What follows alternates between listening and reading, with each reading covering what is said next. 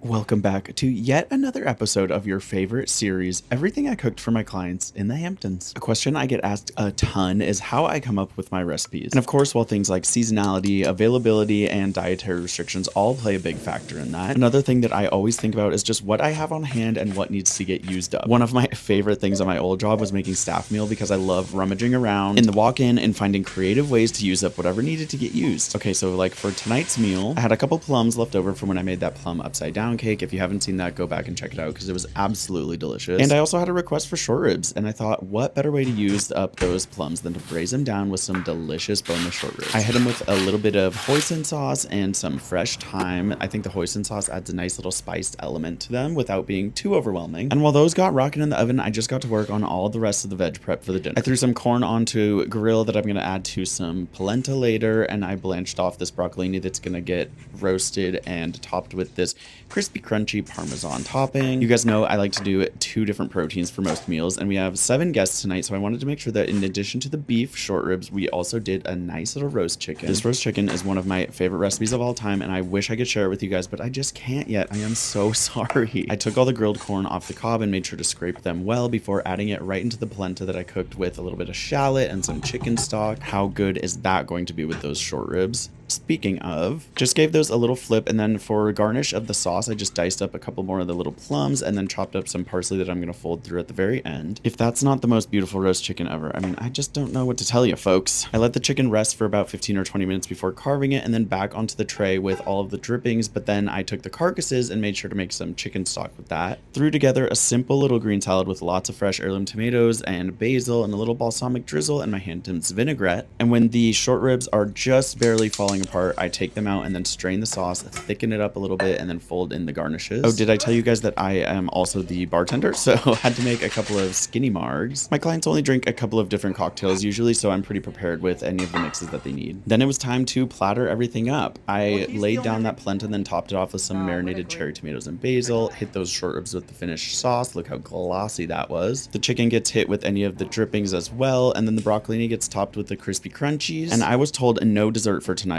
How tragic is that? I know.